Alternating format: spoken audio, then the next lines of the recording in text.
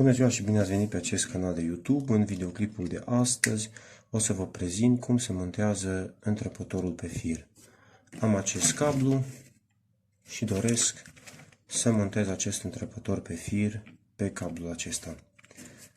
O să îndepărtez capacul. Așa arată întrepătorul în interior. Trebuie să întrerup un fir de la acest cablu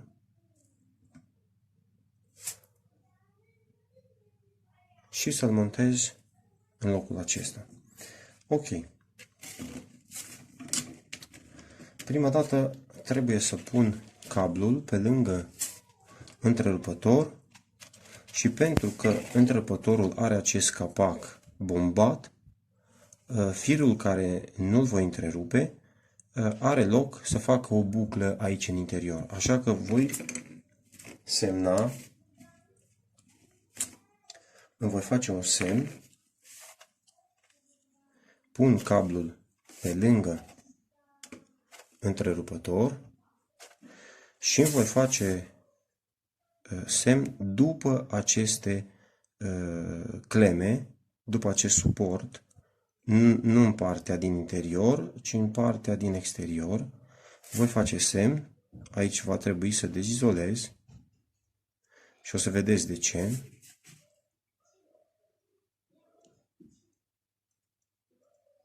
Ok, am dezizolat, am marcat, scuze. Acum nu am o sculă specială ca să îndepărtez izolația de plastic de pe acest cablu plat. Voi folosi cutterul. Trebuie să zgâri un pic izolația, să nu rănesc firele. Dacă rănesc firele, trebuie să schimb cablu. Așa că voi zgâria un pic în fiecare parte și când o voi face stânga-dreapta sau sus-jos, izolația se crapă singură.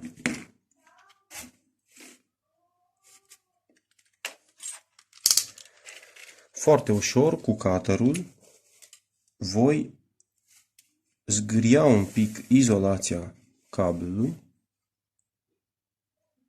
dar foarte ușor, nu trebuie să intrăm în interior. Dacă intrăm în interior și rănim și stricăm izolația firelor, atunci trebuie să schimbăm cablul. Sunt în comerț scule speciale pentru îndepărtarea izolației. Modelul acesta se montează un pic mai greu.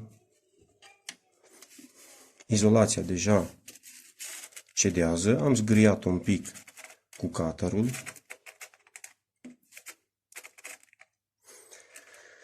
În regulă, așa voi face și în partea aceasta.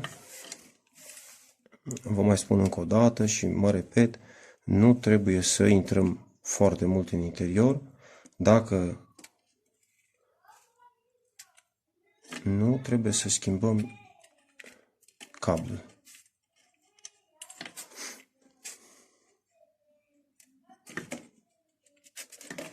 Ok, voi dezizola cu grijă. Am și poziția un pic mai incomodă pentru că filmez. Uitați cum cedează izolația.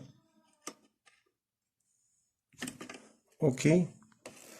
Acum efectiv ar trebui să se rupă cu mâna sau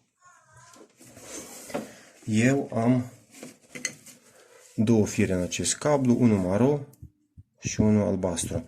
Trebuie să-l întrerup pe cel maro ca să fac legăturile în întrepător. Pot să semnez, să pun întrepătorul așa, să semnez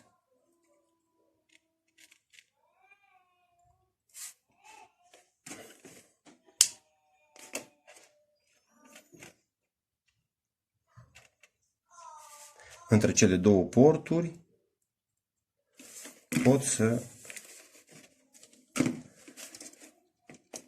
întrerup firul, dar mai bine voi încerca așa.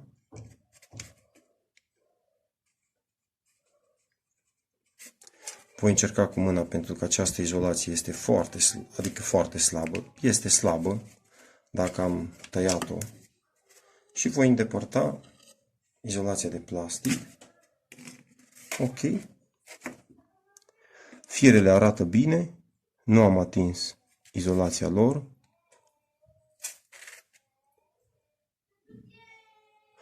Ok. În întrerupător ele vor sta așa, adică cel albastru va trece pe lateral, iar maroul va intra în cele două contacte. Și acum voi pune cablul pe lângă.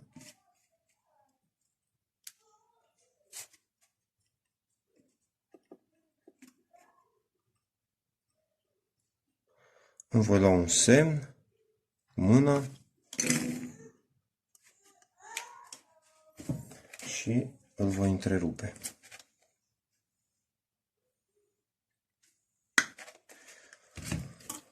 Eu am o chestie am o clește pentru dezizolat.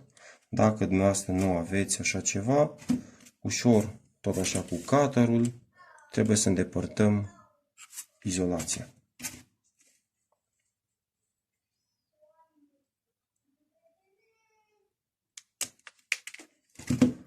Ok. Pic mai mult. Așa.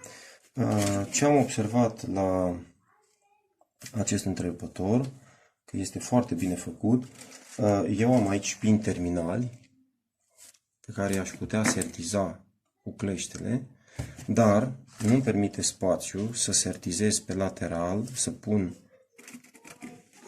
pinul terminal, pentru că nu o să aibă loc. Ce am observat la producător,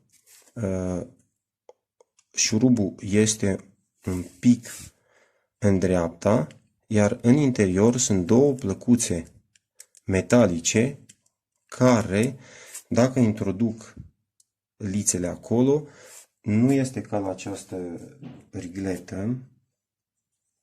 Aveam o rigletă aici. Da, uite aici. În această rigletă, în interior, este un șurub care presează firele pe spatele rigletei. Și acest șurub poate rupe lițele, le poate strica, pe când la acest întrerupător cele două plăcuțe metalice efectiv aplatizează lițele. Deci nu mai este nevoie de sertizare, să pun un pin terminal. Ok? Eu am dezizolat cu cleștele. Dacă cineva nu are, încet, foarte încet, cu cutterul, un pic, trebuie să zgârie izolația și pe urmă sus-jos, stânga-dreapta și izolația cedează. Nu rănim lițele. Ok.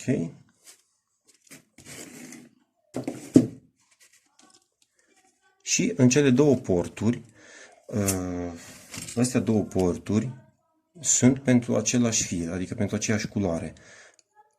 Un capăt intră în portul acesta, în contactul acesta, iar celălalt în contactul acesta.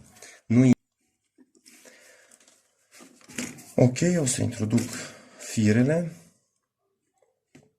în cele două porturi. Dacă observați, distanța de aici până aici este mai mare, firul este mai lung și aici este distanța mai mică, așa trebuie să pun firele.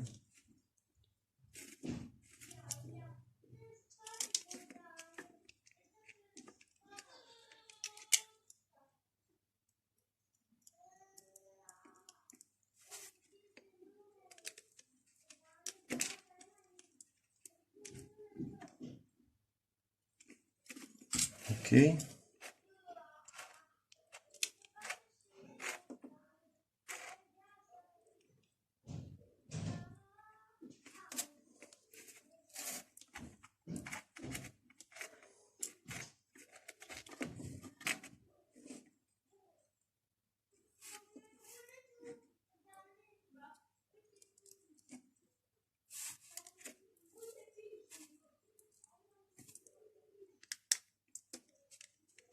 Strâng bine șuruburile.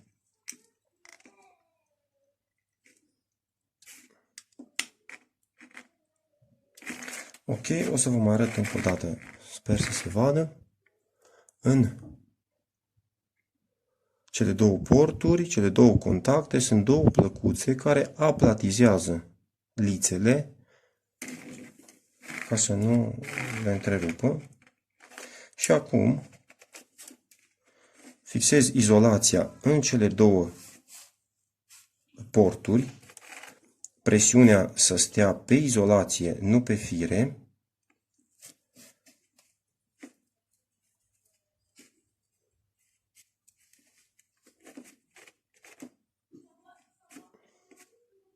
În regulă. O să așez un pic, să organizez un pic firele, pentru că aici va intra șurubul și într-o parte și în cealaltă. Ok. Firul acesta albastru are loc în capacul acesta oval.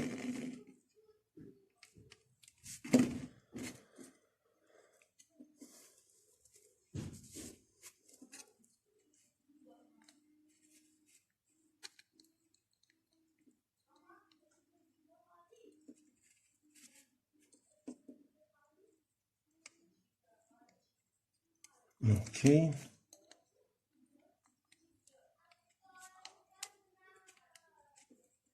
Și acum voi introduce cele două șuruburi ca să le văd că intră în porturi și nu rănesc firele.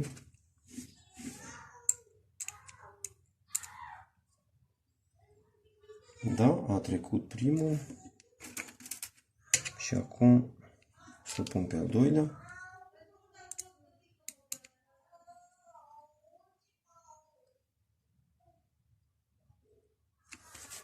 Pe aici, prin spațiul acesta, dacă se observă firul albastru, am văzut primul șurub că a intrat în locașul lui și al doilea șurub a intrat, iar firul acesta îl împing în partea de sus unde are spațiu.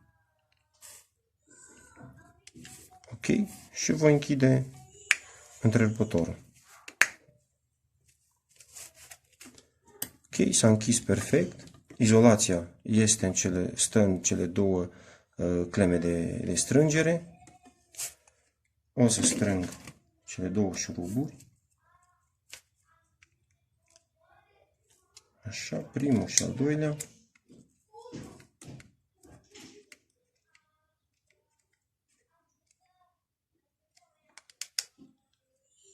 Ok, acum o să pun un pic pe pauză până voi monta dulia și becul și pe urmă o să revin. Am revenit, am montat această dulie pe post de corp de iluminat sau veioză.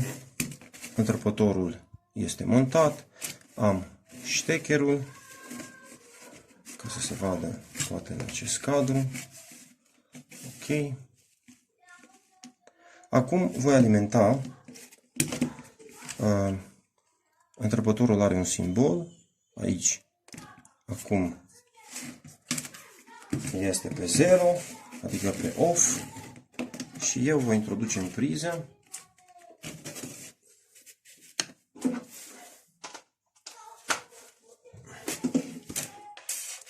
ok. Întrerupătorul este pe off, acum on și se aprinde perfect.